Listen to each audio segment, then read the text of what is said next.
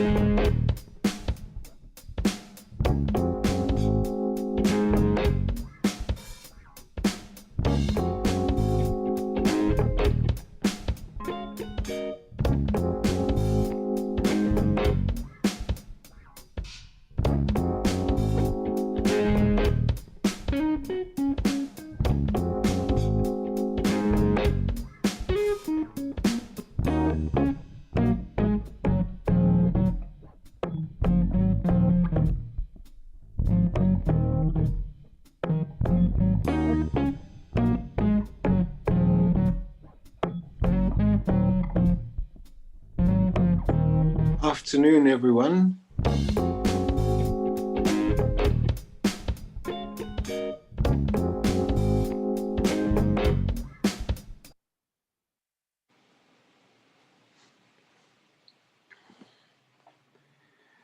Welcome to our plenary session this afternoon.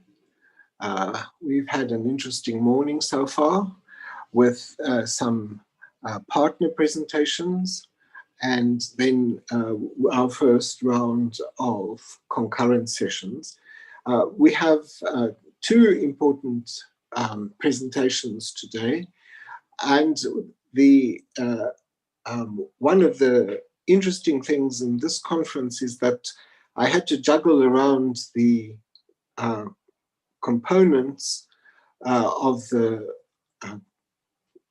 concurrent sessions because we received so many abstracts to fit everything in. We're having an abstract, a concurrent session this afternoon as well. So our first presenter today is of note, has been in education as a teacher, as a college lecturer, as a lecturer and as a senior lecturer at university, and was also the chief director of teaching, learning and research development in the South African Department of Higher Education and Training, and now has another prestigious appointment as Chief Executive Officer of the Council of Higher Education, Dr. Whitfield Green, which we all refer to as Whitty. So welcome, Whitty. And if you like, we could wait a little bit, but I think we can start with your presentation. Thank you very much, Alan. Thank you for the warm welcome and good afternoon to all attending the conference today. Really a privilege to be part of this and to be given an opportunity to present at the conference. I have a short presentation. Hopefully I can move through it quite quickly and allow for a brief time for any engagement. I'll just share my screen quickly.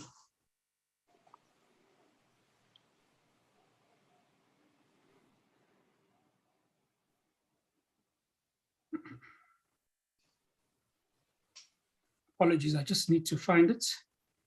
Doesn't seem to be clearly obvious.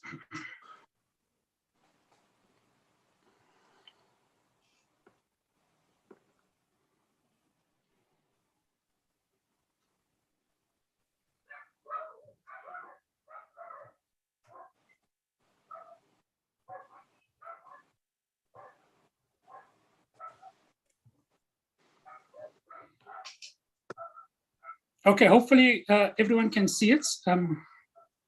Colleagues, I'll put it into presentation mode and then jump straight into it.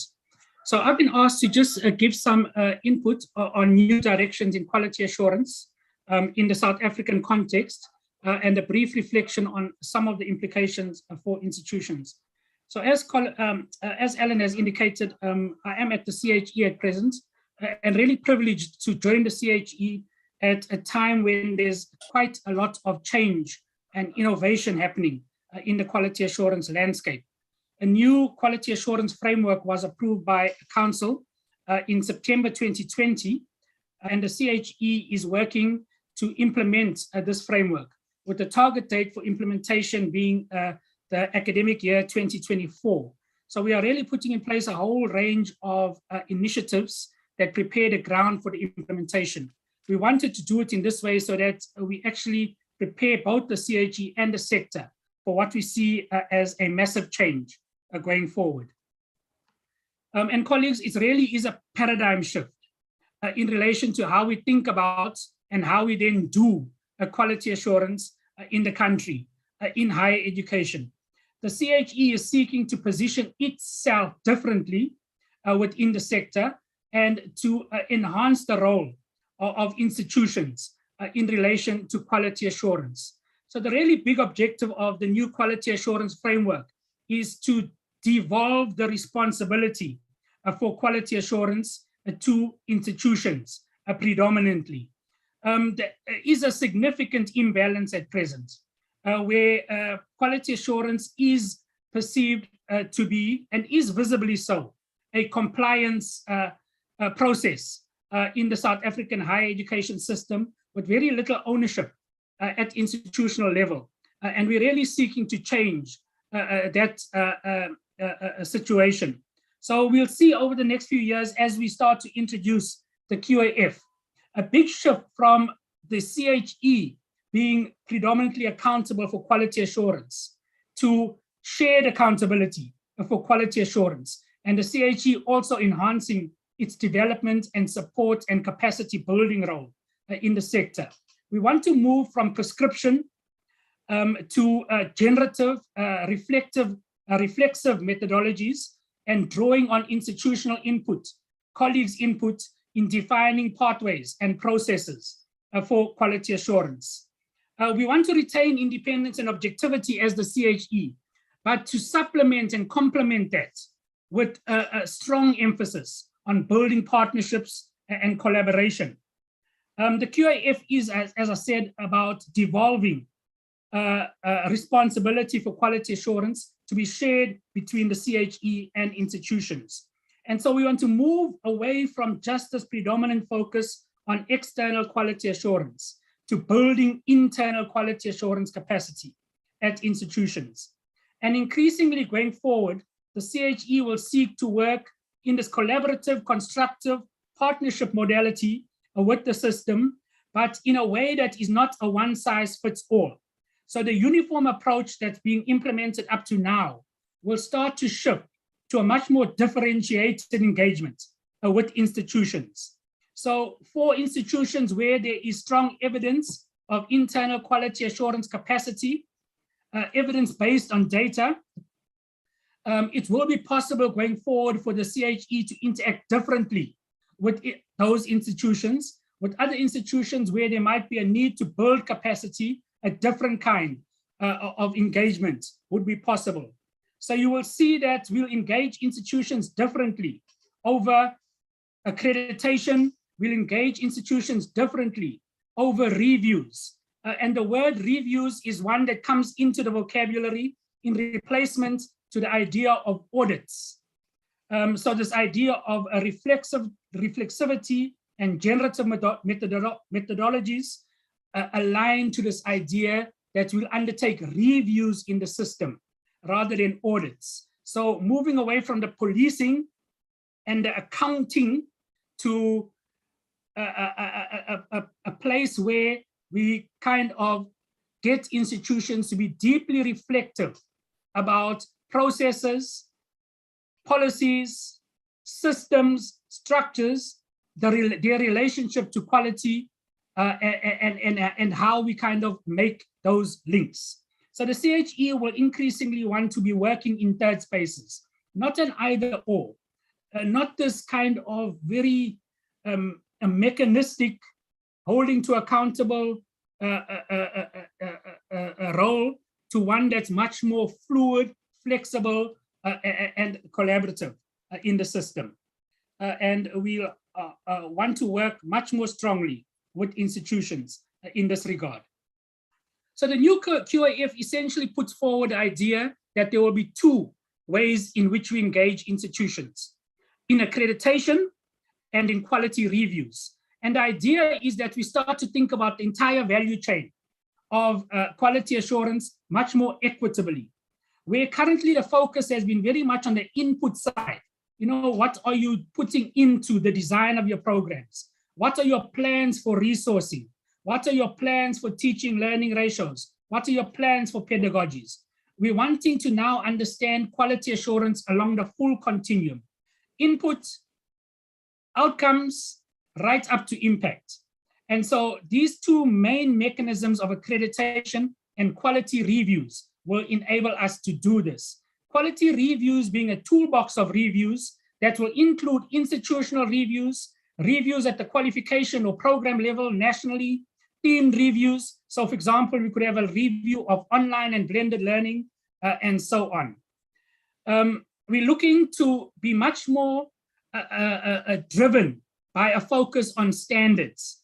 And these standards being collectively agreed codes of practice that the sector sets up for itself in relation to key higher education areas of operation, in terms of how they implement it, and then in terms of how they are evaluated. So standards development become a really important underpinning function, and then associated with that, a capacity development. We're introducing a new form of standards into the system. So we currently have qualification standards that colleagues will know about and probably have party to their development. We'll now be developing what we're calling higher education practice standards as a way of creating a more coherent approach to quality assurance in the country. Over the next few years, as we introduce the QAF, we've chosen areas of focus, themes, along which we'll undertake our engagement and quality assurance. And the two key themes that we'll focus on over the next few years is learning and teaching and transformation. And then again, you can see the complete links to the Siyaphumelela work in terms of the Siyaphumelela focus on these areas as well. We also think that the QAF has to be supported through the activation of structure. And so implementing, integrating structures to support the QAF. Communities of practice will be a strong feature of the work. So strengthening the CHE's focus on the use of peers to undertake the CHE's engagement with the sector much more, and activating communities of practice across a whole range of areas, including in this area of standard development. We'll be embarking on a much more information-driven approach, evidence-based approach.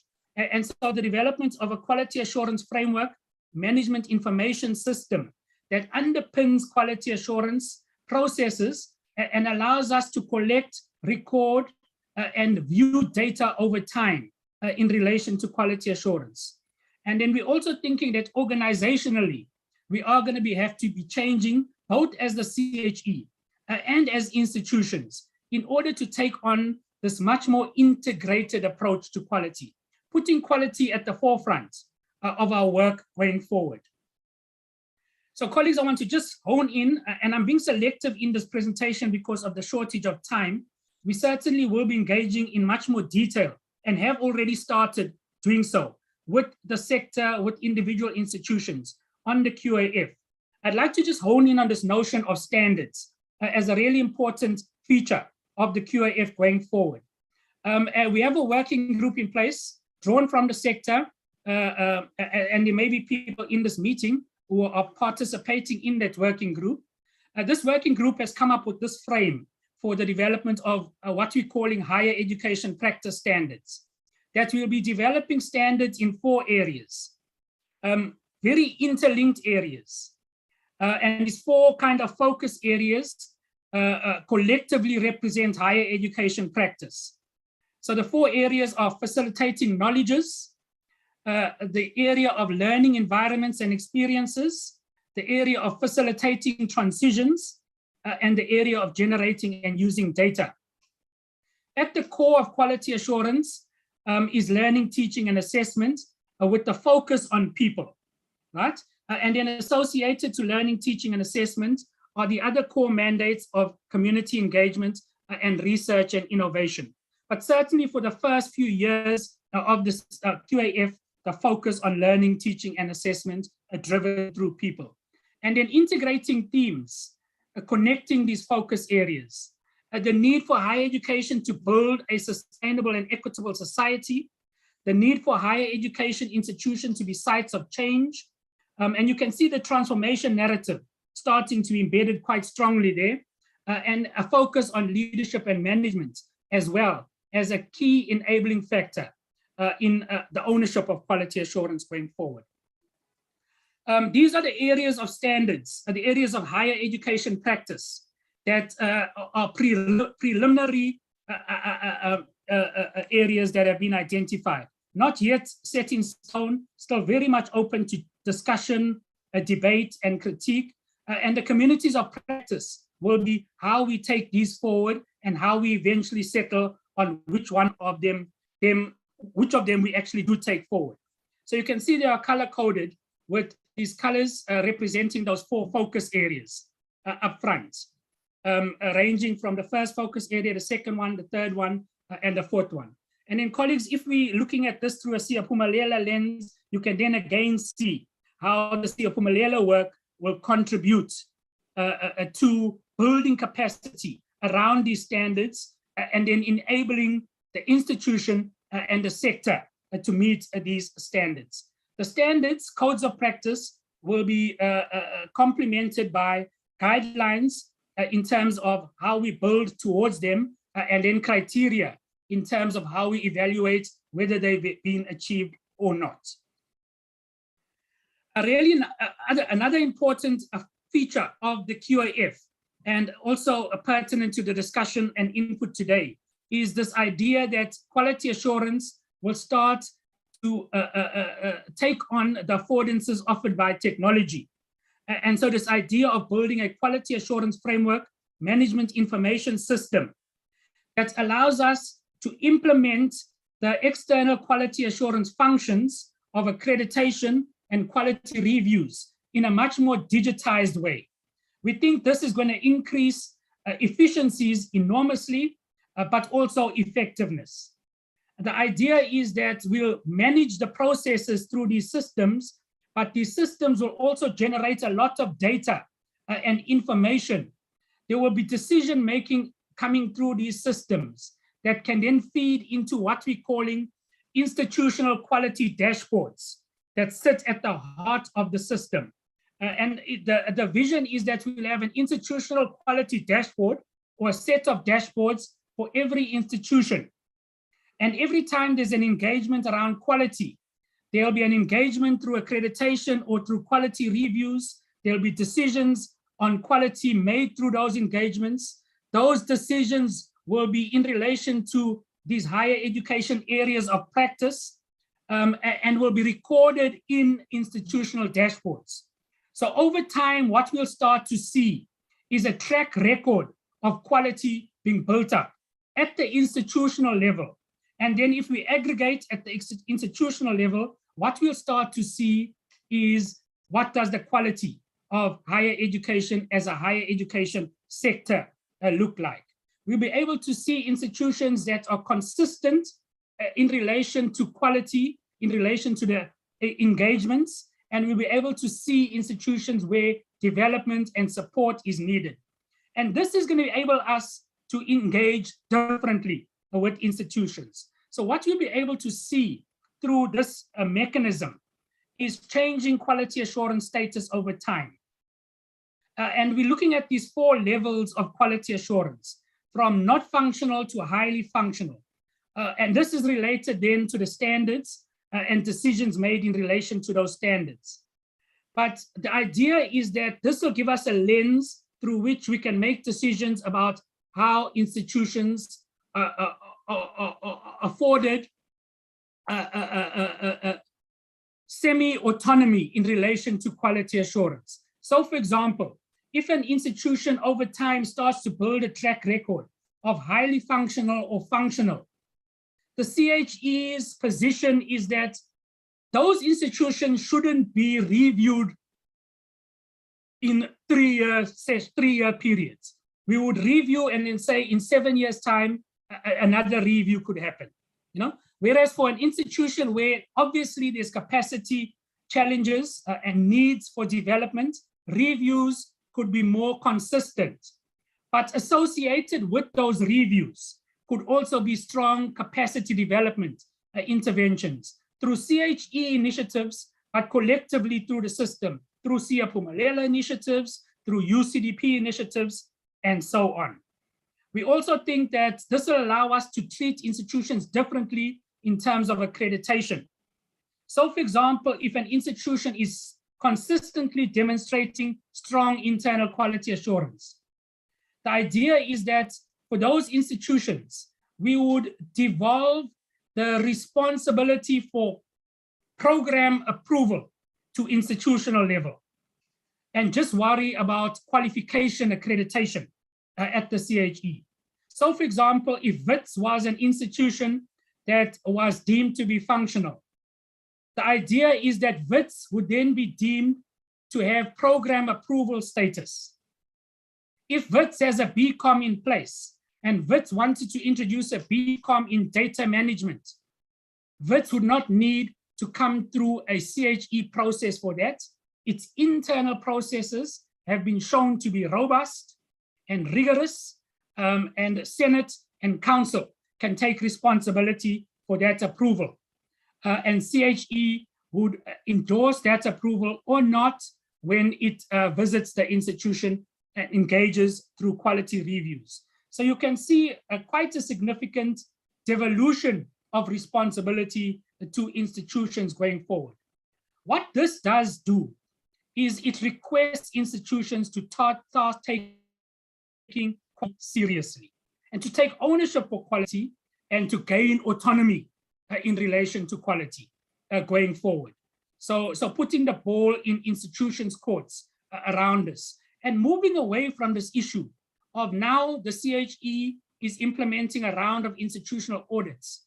We suddenly see a lot of activity around quality in the system.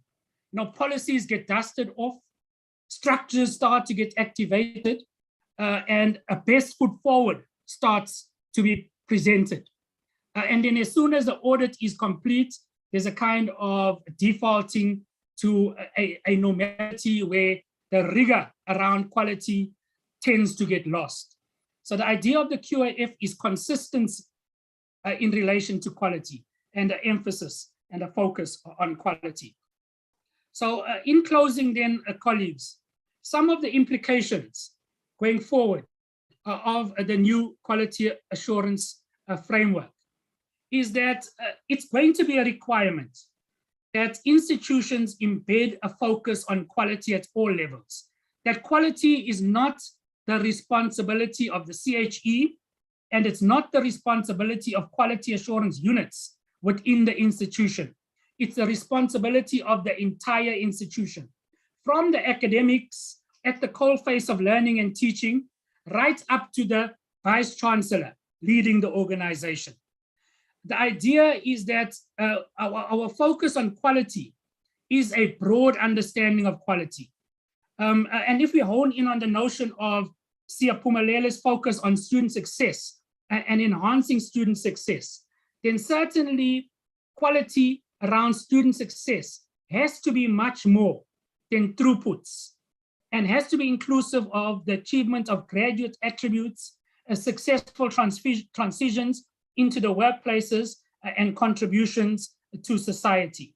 So you can see this idea of movement from inputs to outcomes, outputs, and impact. And if we interpret that in relation to student success, an idea of quality around student success becomes much bigger than just a focus on the pass rates. And so how does Siyaphumelela factor this into its work? And how does colleagues in the Siyaphumelela network start to think in this direction? There's going to be an increasing emphasis on providing evidence of quality, rigor, and robustness of internal quality assurance systems and processes, both qualitative and quantitative. So you can see the need for institutional capacity around research, data, information gathering, analysis, collection, and representation in order to show evidence of quality at all levels of the system. And then finally, the idea that we start to use these standards as core elements for engaging quality in the system. So that once we have the standards in place, they become the North Stars around which we drive capacity building, drive quality in terms of those processes, and we evaluate quality. And you can see the selection of standards is starting to point very closely to the focus areas for Siyaphumelela. The idea of a focus on data management, data generation, data analysis, data utilization, and the idea of a focus on student transitions into higher education, through higher education, and from higher education. So thank you, colleagues, for the opportunity. Hopefully this starts to give you a sense of where we're going with the quality assurance framework and what some of the implications are for our reimagining and our rethinking around process going forward. Thank you, Alan. Thank you, Witi. This was a very interesting presentation, and it is interesting to see how the CHE is transforming away from just tick boxes to trying to improve the whole system and giving the institutions the power to manage their systems together with other members of the higher education. So thank you very much for introducing Siyaphumelela, and I'm sure many of the staff already know about this, what is happening, but it's nice to hear how we might be a part of this. I have some questions. Let me just go back a bit here.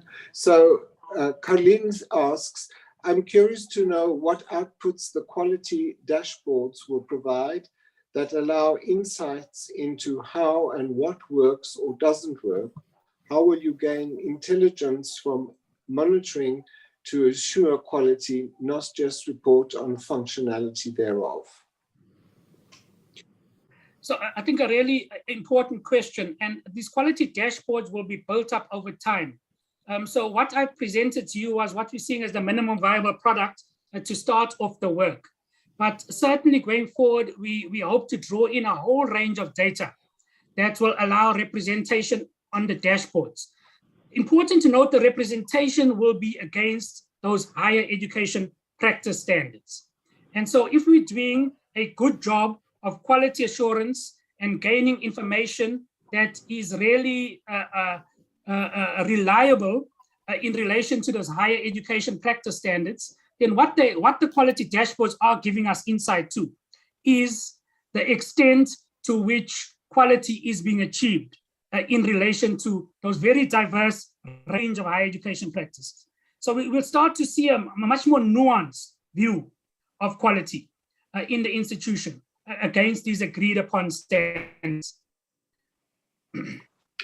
Thank you. Another one is asking, shouldn't the higher education not always have been accountable and responsible for quality? I had a look at that question as it came up, and I thought exactly, no? We shouldn't actually be asking this question at this point. But sadly, we need to, because we do see practice in the system that treats the quality imperative, as you indicated, tick box exercise and accountability exercise, and an exercise that only engages bureaucrats and administrators in institutions. And so the idea of institutional responsibility and devolved institutional responsibility is certainly what we're trying to drive through the QAF.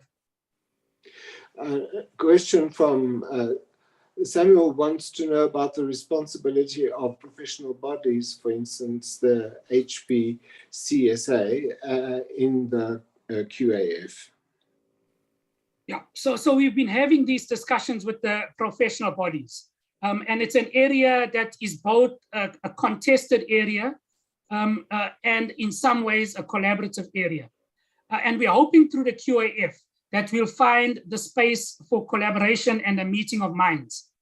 The idea is if the CHE starts to move its gaze to the qualification level increasingly, then there's quite a bit of space for the professional bodies to intensify their gaze at the program level, and for us to complement each other in terms of the information coming out. So much more synergy and collaboration and working together with the professional bodies rather than the duplication that we're seeing at present.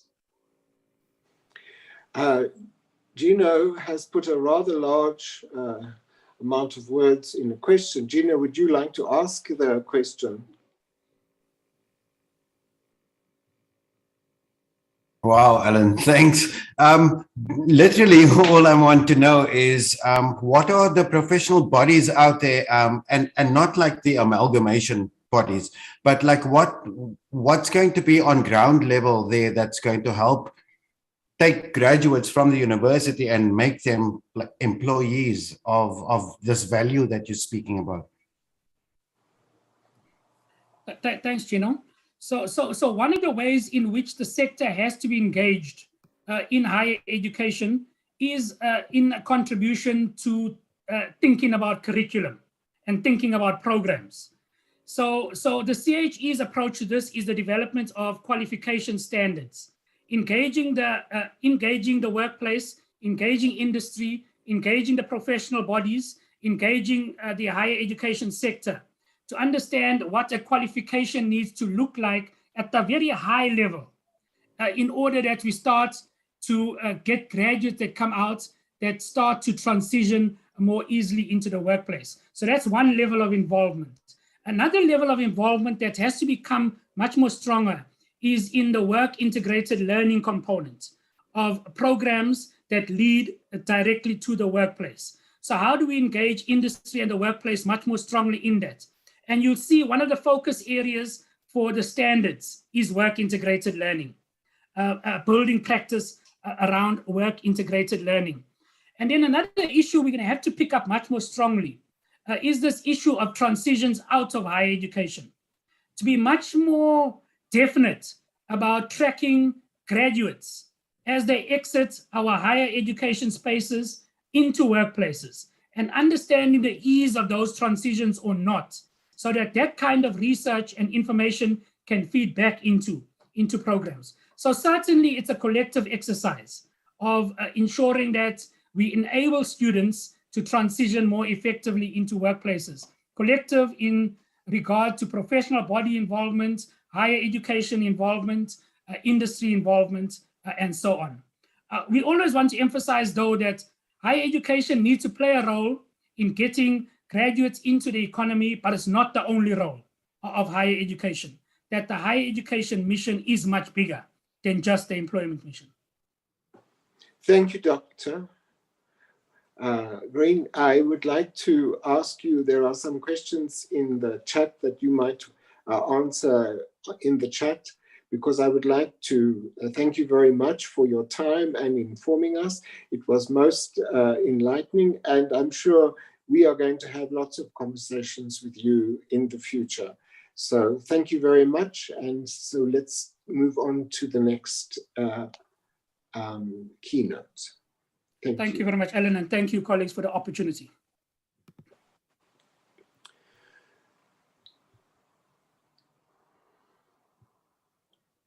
Thank you.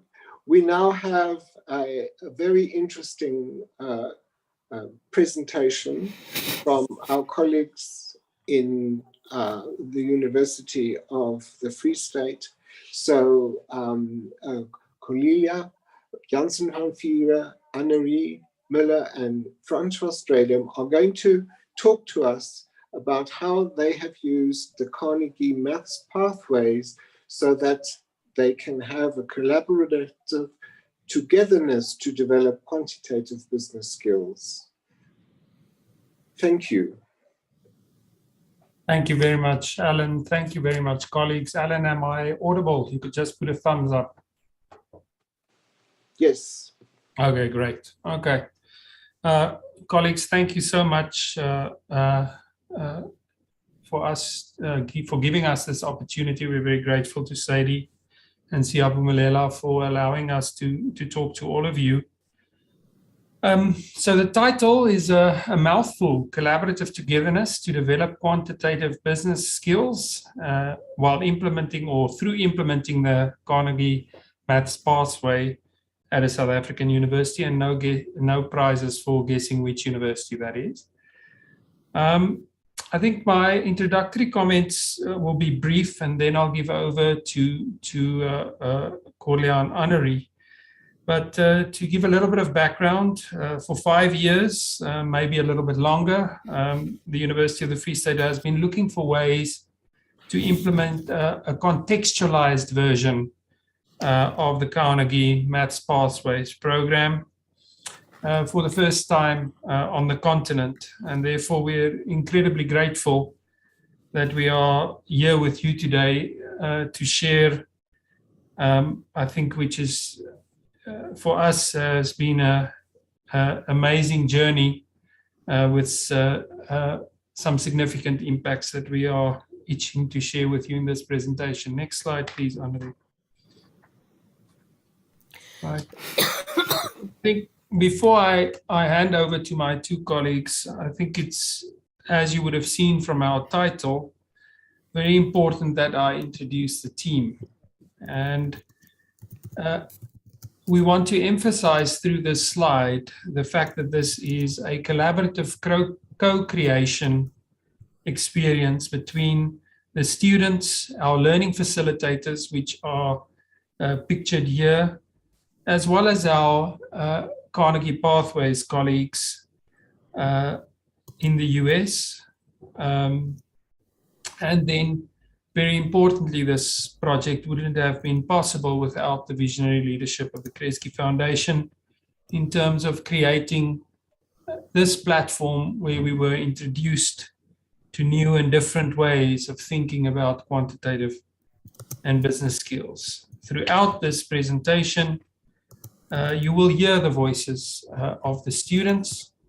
And with those couple of words, I hand over to Corlia and Annerie. Over to you. Thank you very much, Francois. So we thought of starting this presentation with sharing some background on the Carnegie Math Pathways program itself, just to allow the audience to come into our context. So the program is underpinned by several principles or drivers, as it's called by Carnegie.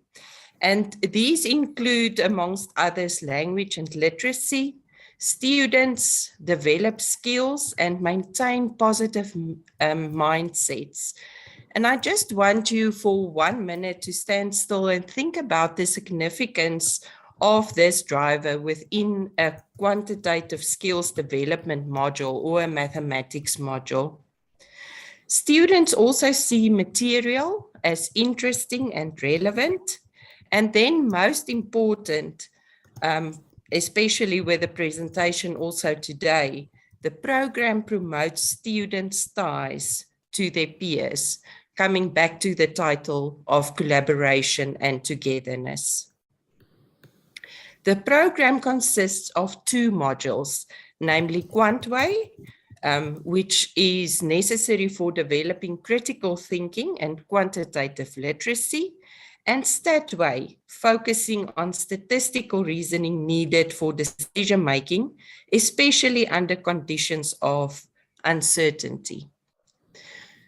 So I'm sure all of you would now ask the question, so why then this specific program for the University of the Free State?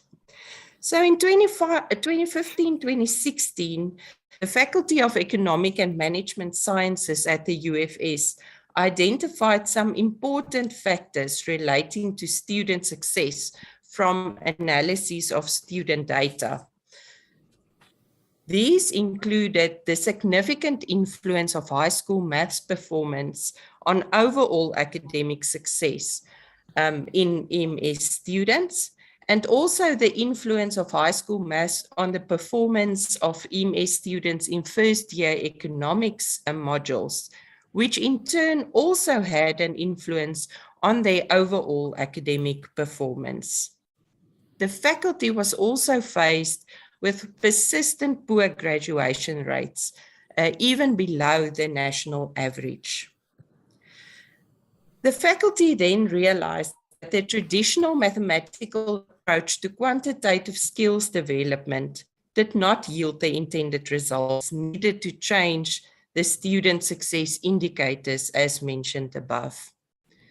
Evidence from literature showed the success of the Carnegie Math Pathways program within this area of quantitative literacy, and it seemed a viable possibility within our context to achieve student success. So we started working together with WestEd, and in 2021, amidst COVID, we launched an online offering of the Carnegie Math Pathways program for all registered first-year students in the Faculty of Economic and Management Sciences. It is also important to mention that throughout the planning phase, as well as the implementation, and then still continuing now, we focus on contextualization of the learning material and adaptation of the implementation specifically for the South African context.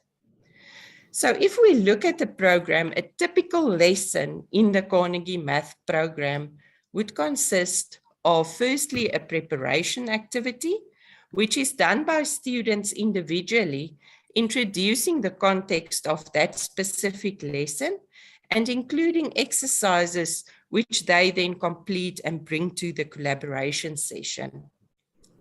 The collaboration session is a small group based session where students work together to solve some of the problems to gain a deeper understanding of the content.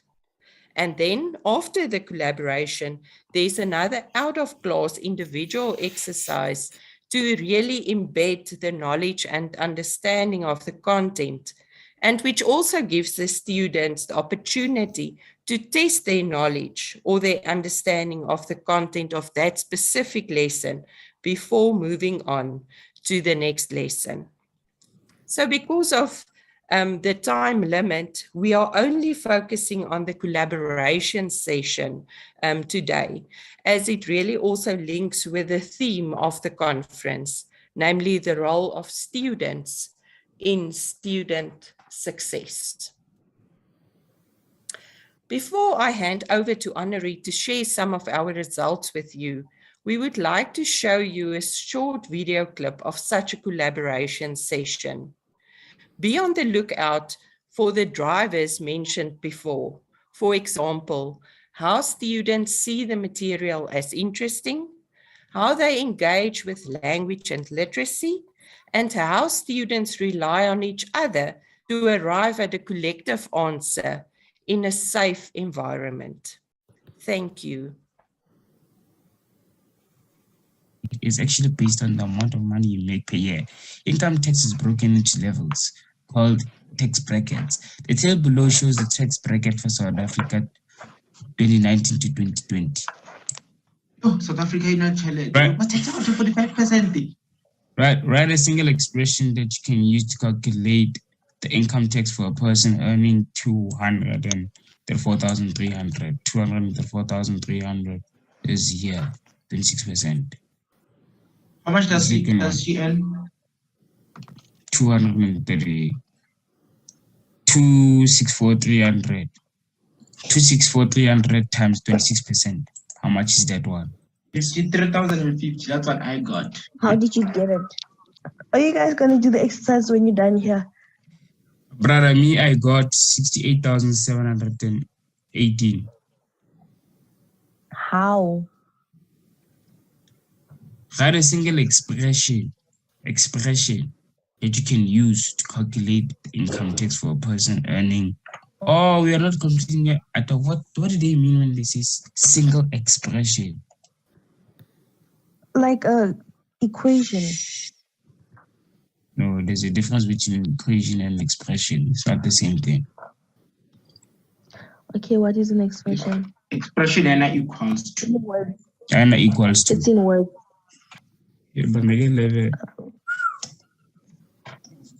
Crazy. Well, from the exercise, yeah, there's collaboration. They do things like this. 35253. Where did you get that one, my brother? Oh, plus the 26%. Nice. Okay, Mamela and Henry. Okay, but already, tax rate is 35,253 plus the 26% of which the amount exceeds 195,850. So they want the difference between the taxable income and the 195,850, which is the amount that it exceeds it with. Oh, I get it. The taxable income is actually based on the amount of. Good afternoon. afternoon, everyone. So with that, you just saw how our students, or a brief video clip of how our students collaborated in one of our sessions. But I just want to introduce myself. My name is Siyaphumelela. I'm the Teaching and Learning Manager for the Faculty of Economic and Management Sciences here at UFS. And my role in the project is I'm the coordinator for the two modules. With us, it's now Quantway and Statway, and then for the implementation project. And it's my privilege today to share some of our initial findings with you. So you heard now what the intention is for the collaborations. And you saw a clip of how our students collaborated. I think now the big question is, what do the students think? So we would like to share with you some of the qualitative feedback that we received from our students. This is after the first semester after Quantway. So our students did Quantway Core in semester 1. And they did Statway College in semester 2. So after semester 1, we received some feedback from our students. I think that really shows that they valued the experience of the collaborations, that they learned from each other. You can see there, it's a safe environment to express and communicate. That they, in some of the other clips or feedback that we received also, some students indicated that they learned to communicate it. They developed some leadership skills, apart from just the quantitative reasoning skills. I mean, you saw them a little bit of debate there around what is expression and a formula. If I just look at that one, the group collaboration for me was extremely useful, getting different points of view from different individuals and learning how there's more than one way to answer a question. These are the type of things that our students value. And I think for us, this was particularly significant in 2021 with the introduction. In the first semester, we were still in an online, a new unfamiliar online environment using the Carnegie Math Pathways program or platform. And in an ERT environment. And traditionally for our faculty, when we receive feedback from our students regarding group work, it's not always so enjoyable for them. So this was significant for us after that first initial exposure to the collaborations and to the Carnegie Math Pathways program. Sorry, let's just get there. So the students enjoyed the collaborations, but did it impact their academic performance? So what we have here, we would just like to share some metrics here around the collaborations specifically. We've got students completing collaborations. There were 39 in total in Quantway there. The attendance of collaborations, so just attending and pitching up for class. And then we've got the marks for the collaboration, so actually getting the different calculations correct. And we've correlated that with their final mark at the end of the semester. And I think it's noteworthy to see that attendance of collaboration had a statistically significant relationship with their final mark, but to a much greater extent, 0.72, than the actual marks that they got for the collaboration. So we saw that students pitching up for class, working with these fellows, the subgroups, classes or we had groups of 3 to 5 students debating, and this productive struggle that they have with the content, just pitching up had a much greater relationship with their final mark than the actual marks for the collaborations. So the collaborations do have an impact on their final mark, but what was the final marks for these students? So we would like to share some other numbers with you as well. I'm going to show the academic performance in both Quantway and Statway for our students, a short international comparison, and then academic performance and overall performance, influence on overall performance. So this is the overall performance in Quantway, the semester 1 module. The red bar there represents Quantway, the 2021 implementation of this course. The blue bar represents the 2020 version of the math-based course that our students had. So in terms of final marks, there was an increase there of 3% for our students. In terms of success rate, not really a change, it stayed exactly the same. But what we do see there is that the proportion of our students that passed with distinction increased significantly, which indicates a much deeper understanding of the concepts. But 5% of this with distinctions is quite high. But I would like to point out at this stage that the mathematical concepts that we use to promote the quantitative reasoning are familiar to our students. Students studying a BCom program come in with the NSC math requirements. So they did have some math exposure previously. When it comes to Statway, the second semester, Statway is now a fully blown statistics course.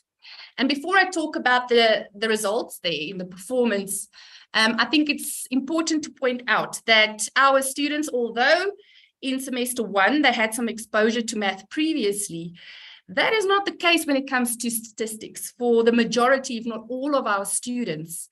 Many of our students never worked with statistics before. Some of them do have in mathematics in high school, maybe a brief introduction to basic probabilities. But most of the context and content, was unfamiliar to our students. And in the qualitative feedback that we received from our students, there was a clear indication in terms of the contrast, in terms of the level of difficulty for them in Statway, because it was so unfamiliar. So the question is, how did they do?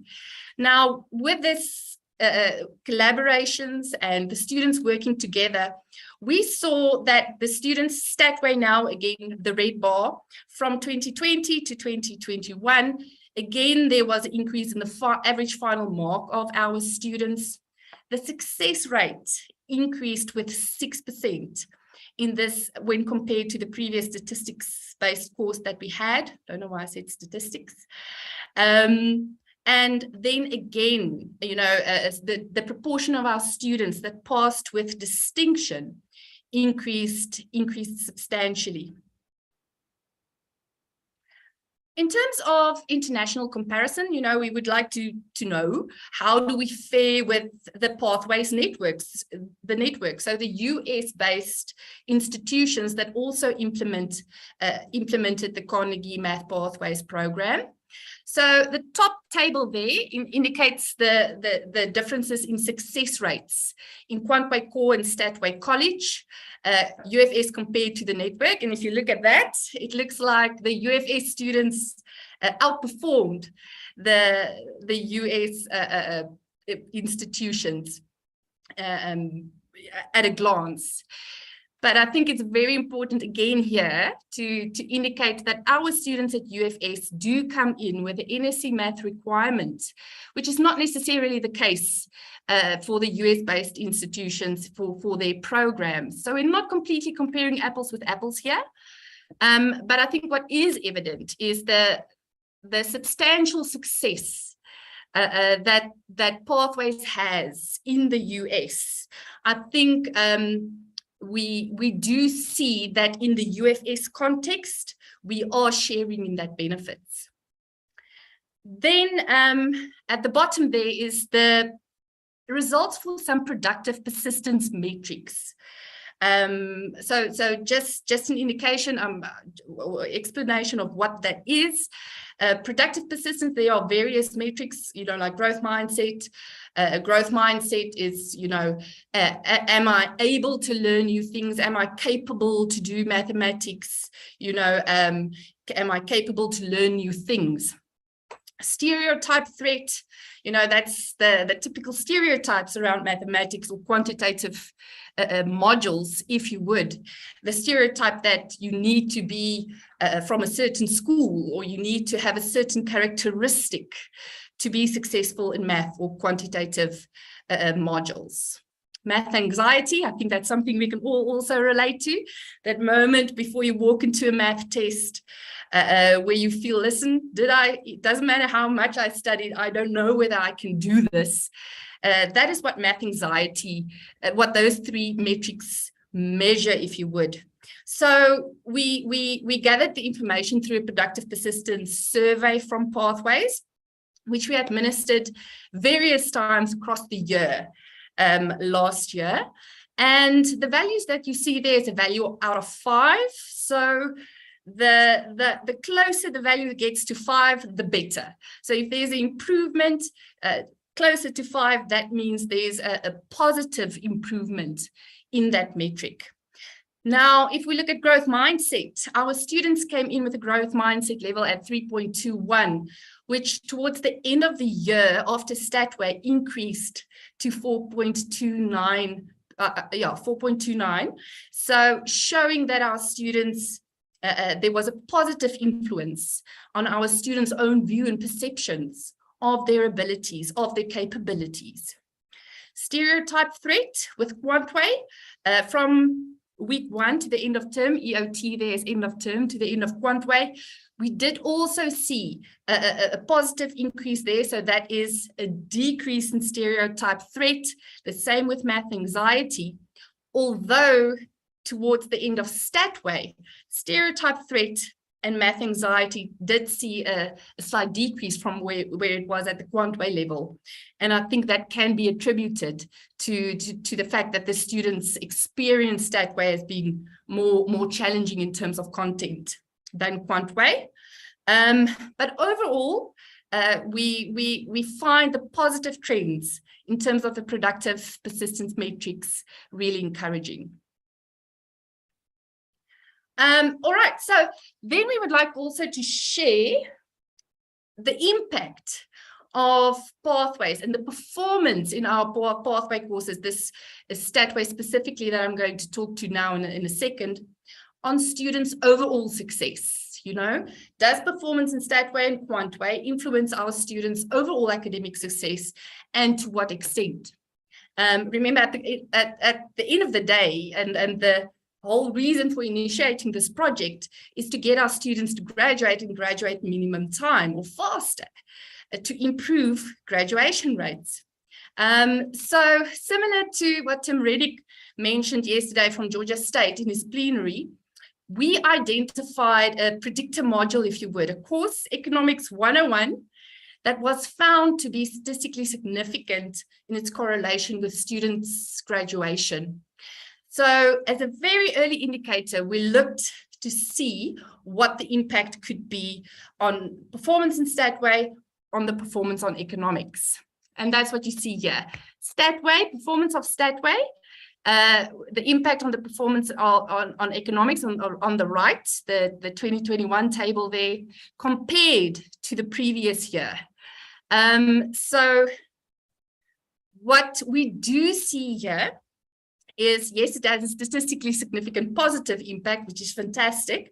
But if we look at the R-square value, the R-square value gives us an idea to what extent does performance in Statway explain the variation of the performance in economics. And if you compare 2020 with 2021, that has increased substantially. Then we also created an academic average variable, which is basically a final mark average of all other modules that the students were enrolled for, other than Statway.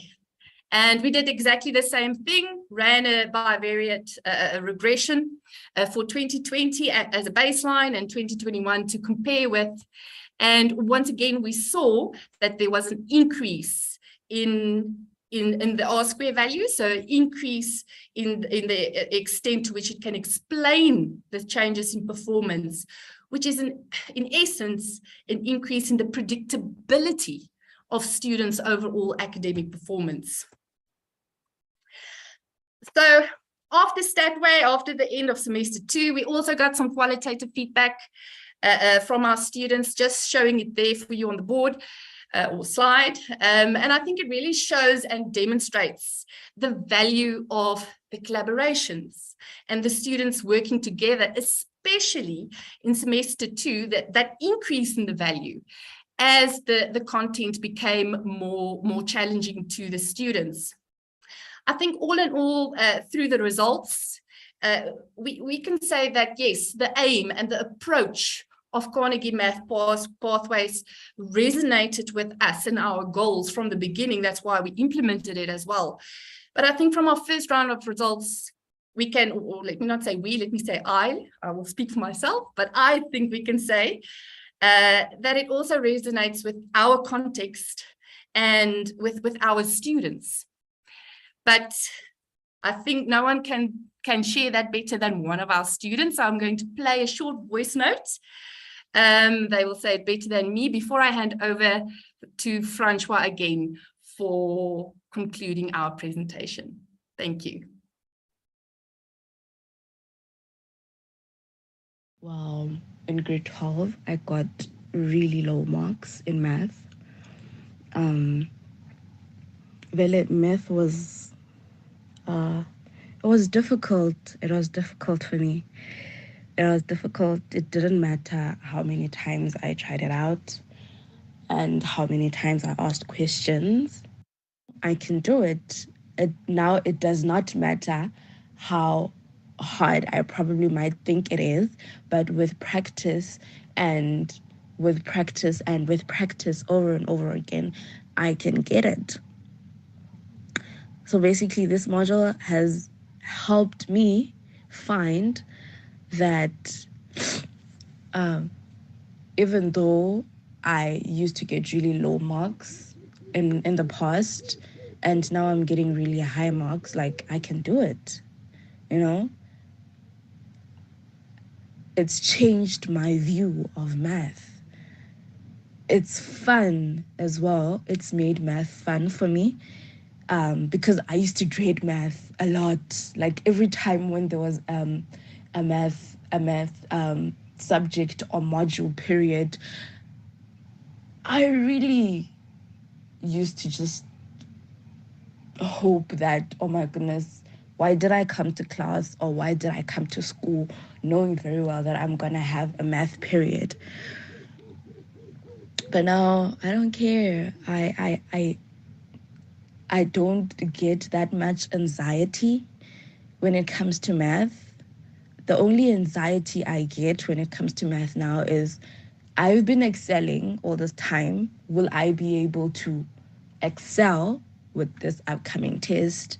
And it's not me thinking, oh, I'm gonna fail.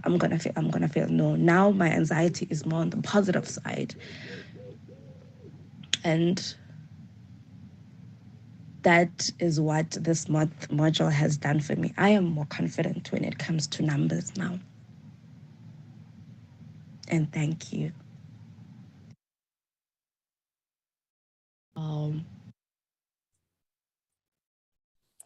Right.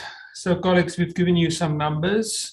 We've talked to you about or shared the voice of the students. So to share a little bit more about our plans and how we see things moving forward, in terms of our pedagogy and our curriculum work, we are continuously evaluating the work that we do. One of the benefits of working with the Carnegie team, and if you wonder why Annery or Corlia used WestEd, Carnegie became part of WestEd so that it's clear to you that it's not confusing. But one of the benefits of working with the Carnegie team is that you continuously get information on how your students are doing. And I'm going to say that again, how your students are doing, our students in our context. And that then informs our pedagogical changes continuously. We're extremely grateful again, the Kretzky Foundation's Visionary Insights have supported even deeper contextualization of the materials. We're now bringing in decolonial perspectives as well, multidisciplinary perspectives, and it's going to be a continental team, because looking critically at knowledge, where knowledge comes from, who are the contributors to knowledge, is important to us and our US colleagues. In terms of sharing the results, this is the first presentation we have. We've just received news yesterday that one of our abstracts for a paper in the South African Journal has been accepted. We are open to any conversations that colleagues would like to have regarding new ways of using pedagogy in mathematics. And then we also have a workshop coming out linked to our Learning and Teaching Conference at the university on the 12th of September, where we will involve our colleagues from the US, and we can give you a deep dive into the many, many aspects that make up the Carnegie Maths Pathway initiative. And we'll have even more results and more perspectives from our facilitators. So to just share a concluding thought, you might ask, well, why the title? Andre, you can change the slide, thank you. All right. So in reflecting on what this project has meant for us, and why this title is so important to us, if we look at what we were able to overcome, remember now, this was launched in, I can't remember the lockdown level, I think we've all repressed them, but in 2021, for South Africans, the pandemic was still a very scary thing. We implemented it on South African networks, fully online, right? With our students, and they performed like you saw from the data and from their voices, right? For us, the question becomes, are we building for Ubuntu here?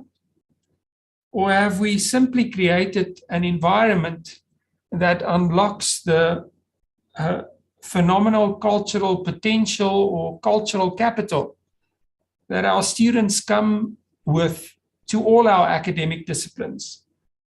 And if we confront our pedagogy, how we approach the teaching and learning of our disciplines, our students not only achieve what's asked of them, but they exceed it, because we created something that's deeply embedded in where we are.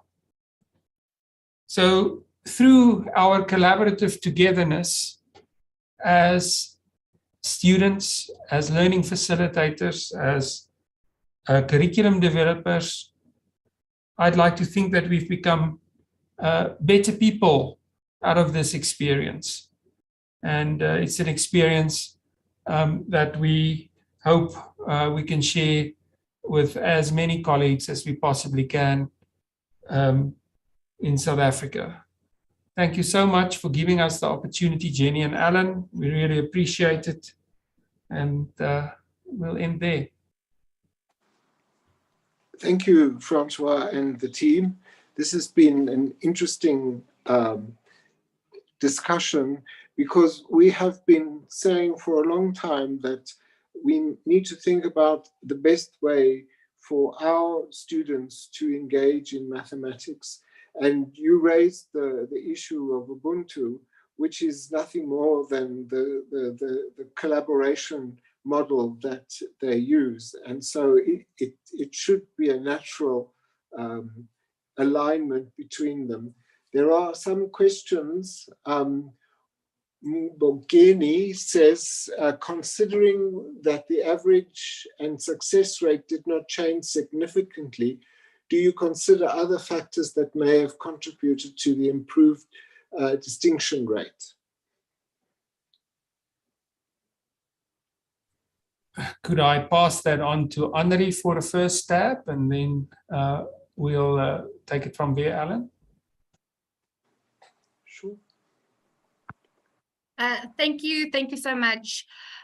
Yes, you are right. With Quantway in semester 1, the success rate in terms of the number of students that passed the course did not change compared to the previous year. However, the average final mark of the student did increase. So we did see that students have a deeper understanding, if you would, of the same concepts or mathematical concepts that we shared with the students. And, you know, in terms of the correlations with our final marks, yes, there are other factors, you know, that absolutely plays a role in terms of their final marks. We've only shared one aspect here today, which is the collaboration. But you know, and I would love to share with you all the details, perhaps if you would want to drop me a mail. But I can share that the participation in the collaborations, out of all the factors that we have metrics for, did have the greatest influence on the students' final marks. Thank you. Jenny would like to say that collaboration with each other was clearly very important. Could you also talk about the types of problems discussed in the collaborative sessions? Yes, so in these collaborations, so this was basically our contact sessions, our lecture time with our students. We had four scheduled collaboration periods a week, and students then came together where they in small groups, you know, just what Carnegie Math Pathways also made very possible is the fact that we can have a class of 600 students and have 2 or 3 or 5 students work together in an online environment. So facilitating that small group discussions. But they would then come together and they would work on the materials that we've developed the collaboration with Pathways, with WestEd, the contextualized versions. But I think this is very much linked to the Pathways approach. The type of discussions that students would have would typically be, in a typical lesson, we provide them with a context. So we always start with context. It's context-driven learning, which is, you know, maybe the other way around, if you would, from traditional mathematical algebra approach. So we start with a context and then we start asking students some questions around that.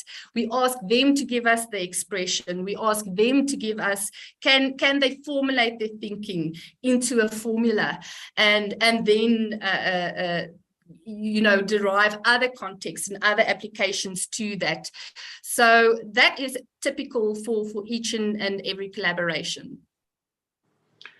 Thank you. And Tony would like to know if you would recommend other South African institutions to use the Carnegie Maths Pathway, and what would your reservations be?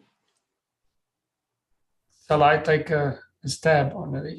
I know you want to, Francois. So, colleagues, we wouldn't have worked for 5 years to get this if we didn't think it had something unique to offer the South Africans a context. What we were blown away by is something we didn't deeply flag in this presentation was, you know, how the phenomenal investment that was made, because Carnegie went and confronted and looked very critically at, if you want to, in old terms, the didactic triangle, and looked at each one of those using evidence. So they went and looked at curriculum, and curriculum has been deeply confronted, right? So if you see decoloniality as confronting existing thinking about how a discipline is acquired, this was done, right? Because remember now, where this started in the US is the US was concerned about the maths performance of the country as a whole, but especially students from underserved populations. And those are the majority of students in community colleges, right? So huge similarities in terms of the challenges and the in terms of schooling background, some of the diversity challenges we have ourselves, right? So that's the first reason. So they went and they said, can we do maths differently? I'm not going to use the word better or worse. Can we do it differently, right? Secondly, with the pathways, and that's why we showed you the picture of our facilitators, comes a massive amount of staff development.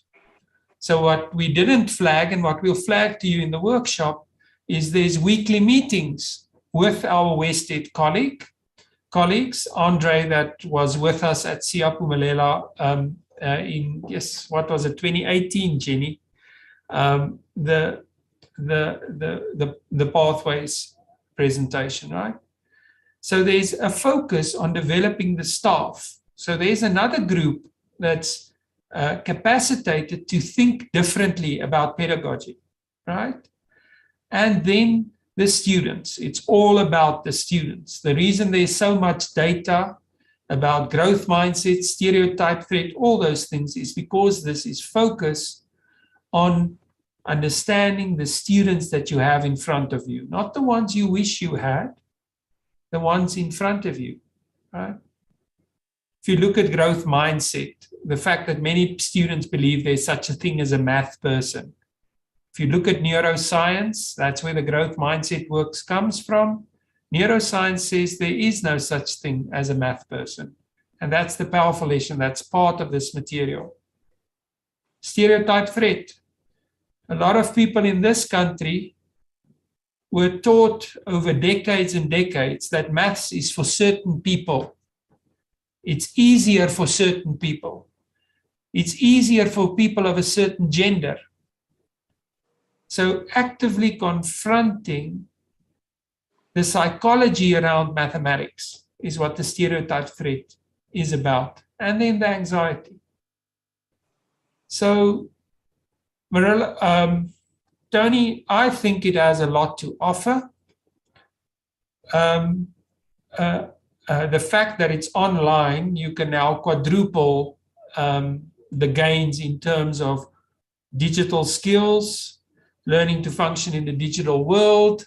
I have not seen another model where you break down a class of 700, what would have been a large class learning experience, to a 3-4 person learning experience.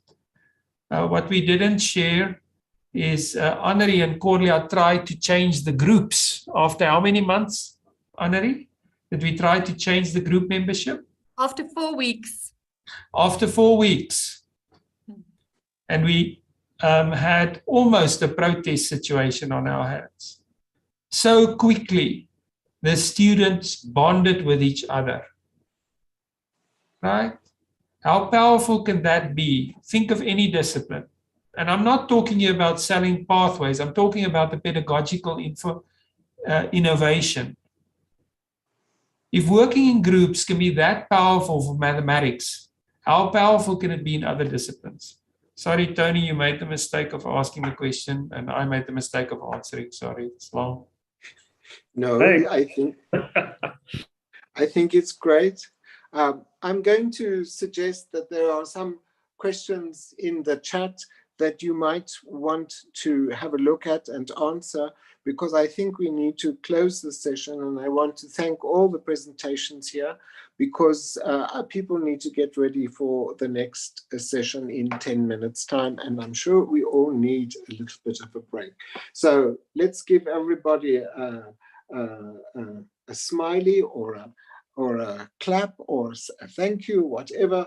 And this has been interesting, from thinking about how we change institutions to take cognizance of quality to something that is showing to have quality. Thank you very much, everyone, and to the presentations given this afternoon. Thank you, everybody.